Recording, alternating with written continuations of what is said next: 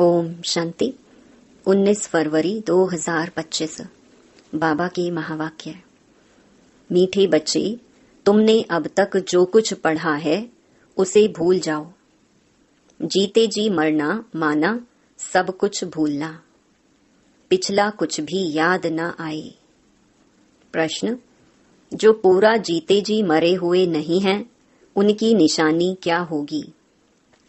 उत्तर, वह बाप से भी आर्ग्यू करते रहेंगे, शास्त्रों का मिसाल देते रहेंगे।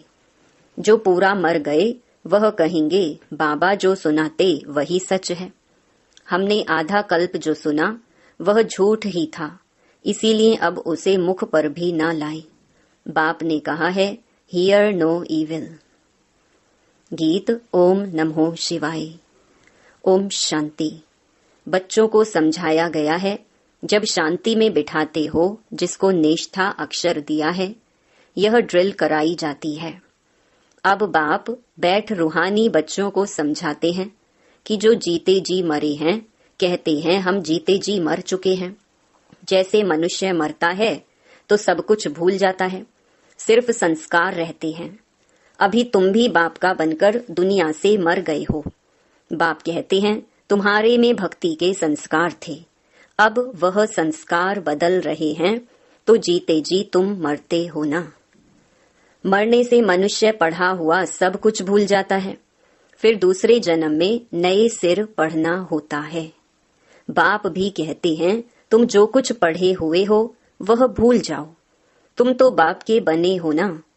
मैं तुमको नई बात सुनाता हूँ, तो अब वेद शास्त्र ग्रंथ जप तप आदि यह सब बातें भूल जाओ। इसीलिए ही कहा है hear no evil see no evil. यह तुम बच्चों के लिए है। कई बहुत शास्त्र आदि पढ़े हुए हैं, पूरा मरे नहीं हैं तो फालतू आर्ग्यू करेंगे। मर गए फिर कभी आर्ग्यू नहीं करेंगे, कहेंगे बाप ने जो सुनाया है वही सच है। बाकी बातें हम मुख पर क्यों लाएं? बाप कहते हैं यह मुख में लाओ ही नहीं। Hear no evil. बाप ने डायरेक्शन दिया ना, कुछ भी सुनो नहीं। बोलो अभी हम ज्ञान सागर के बच्चे बने हैं, तो भक्ति को क्यों याद करें? हम एक भगवान को ही याद करते हैं। बाप ने कहा है भक्ति मार्ग को भूल जाओ। मैं तुमको सहज बात सुनाता हूँ कि मुझ बीज को याद करो तो झाड़ सारा बुद्धि में आ ही जाएगा। तुम्हारी मुख्य है गीता, गीता में ही भगवान की समझानी है। अब ये है नई बातें। नई बात पर हमेशा ज्यादा ध्यान दिया जाता है भी बड़ी सिंपल बात। सबसे बड़ी बात है याद करने की।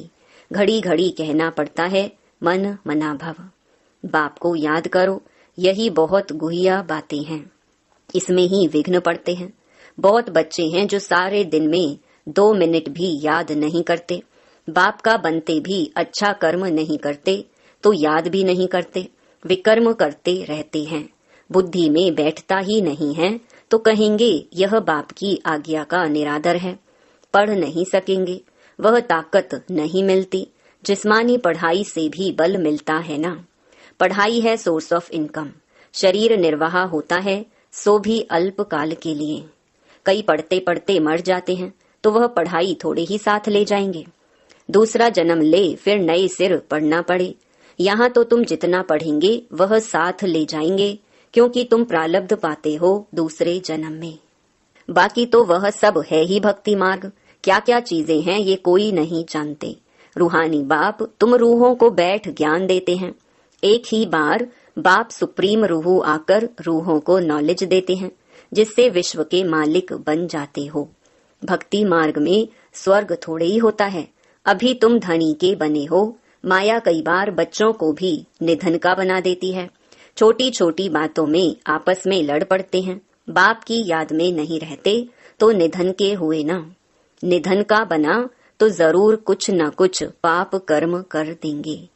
बाप कहते हैं मेरा बनकर मेरा नाम बदनाम ना करो। एक दो से बड़ा प्यार से चलो, उल्टा सुल्टा बोलो मत। बाप को ऐसी ऐसी अहिल्याएं कुब्जाएं भीलनियों का भी उद्धार करना पड़ता है। कहते हैं भीलनी के बेर खाए। अब ऐसे ही भीलनी के थोड़े ही खा सकते हैं। भीलनी से जब ब्राह्मणी बन जाती है तो फिर क्यों नहीं खाएंगे? इसीलिए ब्रह्मा भोजन की महिमा है। शिव बाबा तो खाएंगे नहीं, वह तो अभोक्ता है। बाकी यह रथ तो खाते हैं ना। तुम बच्चों को कोई से आर्ग्यू करने की दरकार नहीं है। हमेशा अपना सेफ साइड रखना चाहिए। अक्षर ही दो बोलो, शिव बाबा कहते हैं। शिव बाबा को ही रुद्र कहा जाता है। रुद्र ज्ञान यज्ञ से विनाश ज्वाला निकली तो रुद्र भगवान हुआ ना। श्री कृष्ण को तो रुद्र नहीं कहेंगे। विनाश भी कोई श्री कृष्ण नहीं कराते, बाप ही स्थापना विनाश पालना कराते हैं। खुद कुछ नहीं करते, नहीं तो दोष पड़ जाए। वह है करन करावन हार। बाप कहते हैं, हम कोई कहते नहीं हैं कि विनाश करो। यह सारा ड्रामा में नूंधा हुआ है। शंकर कुछ करता है क्या? कुछ भी नहीं। ये सिर्फ गायन है कि शंकर द्वारा विनाश। बाकी विनाश तो वह आपे ही कर रहे हैं। यह अनादि बना हुआ ड्रामा है जो समझाया जाता है। रचयिता बाप को ही सब भूल गए हैं। कहते हैं गॉड फादर रचयिता है, परंतु उनको जानते ही नहीं। समझते हैं कि वह दुनिया क्रिएट करते हैं। बाप कहते हैं, मैं क्रिएट नहीं करता हूँ, मैं चेंज करता हूँ। कलयुग को सतयुग बनाता हूँ। मैं संगम पर आता हूँ, जिसके लिए गाया हुआ है सुप्रीम ऑस्पिशियस युग। भगवान कल्याणकारी है, सबका कल्याण करते हैं, परंतु कैसे और क्या कल्याण करते हैं ये कुछ जानते नहीं। अंग्रेजी में कहते हैं लिबरेटर गाइड, परंतु उनका अर्थ थोड़े ही समझते हैं। कहते हैं भक्ति के बाद भगवान मिलेगा, सदगति मिलेगी। सर्व की सदगति तो कोई मनुष्य कर ना सके, नहीं तो परमात्मा को पतित पावन सर्व का सदगति दाता क्यों गाया जाए। बाप को कोई भी जानते नहीं, निधन के हैं। बाप से विपरीत बुद्धि है। अब बाप क्या करे? बाप तो खुद मालिक हैं। उनकी शिव जयंती भी भारत में मनाते हैं। बाप कहते हैं, मैं आता हूँ भक्तों को फल देने। आता भी भारत में हूँ।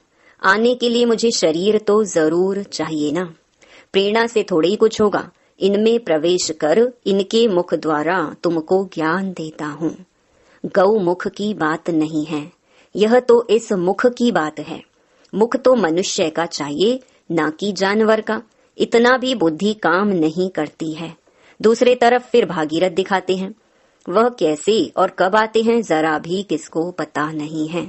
तो बाप बच्चों को बैठ समझाते हैं कि तुम मर गए तो भक्ति मार्ग को एकदम भूल जाओ। शिव भगवानुवाच, मुझे याद करो तो विकर्म विनाश हो जाएंगे। मैं ही पतित पावन हूँ, तुम पवित्र हो जाएंगे, फिर सबको ले जाऊंगा। मैसेज घर घर में दो। बाप कहते हैं, मुझे याद करो तो विकर्म विनाश होंगे, तुम पवित्र बन जाएंगे। विनाश सामने खड़ा है, तुम बुलाते भी हो, हे पतित पावन आओ। पतितों को पावन बनाओ, राम राज्य स्थापन करो, रावण राज्य से मुक्त करो। वह हरेक अपने अपने लिए कोशिश करते हैं। बाप तो कहते हैं, मैं आकर सर्व की मुक्ति करता हूँ। सभी 5 विकारों रूपी रावण की जेल में पड़े हैं। मैं सर्व की सदगति करता हूँ। मुझे कहा भी जाता है, दुख हरता सुख करता। राम राज्य तो जरूर नई दुनिया में होगा। तुम पांडवों की अभी है प्रीत बुद्धि, कोई कोई की तो फौरन प्रीत बुद्धि बन जाती है, कोई कोई की आहिस्ते आहिस्ते प्रीत जुटती है। कोई तो कहते हैं बस हम सब कुछ बाप को सरेंडर करते हैं, सिवाय एक के दूसरा कोई रहा ही नहीं। सबका सहारा एक गॉड ही है। कितनी सिंपल से सिंपल बात है। बाप को याद करो और चक्कर को याद करो तो चक्रवर्ती राजा रानी बनेंगे। ये स्कूल ही है विश्व का मालिक बनने का, तब चक्रवर्ती राजा नाम पड़ा है। चक्कर को जानने से फिर चक्रवर्ती बनते हैं। यह बाप ही समझाते हैं, बाकी आर्ग्यू कुछ भी नहीं करनी है। बोलो भक्ति मार्ग की सब बातें छोड़ो। बाप कहते हैं, सिर्फ मुझे याद करो। मूल बात ही यह है। जो तीव्र पुरुषार्थी होते हैं वह जोर से पढ़ाई में लग जाते हैं। जिनको पढ़ाई का शौक होता है वह सवेरे उठकर पढ़ाई करते हैं। भक्ति वाले भी सवेरे उठते हैं।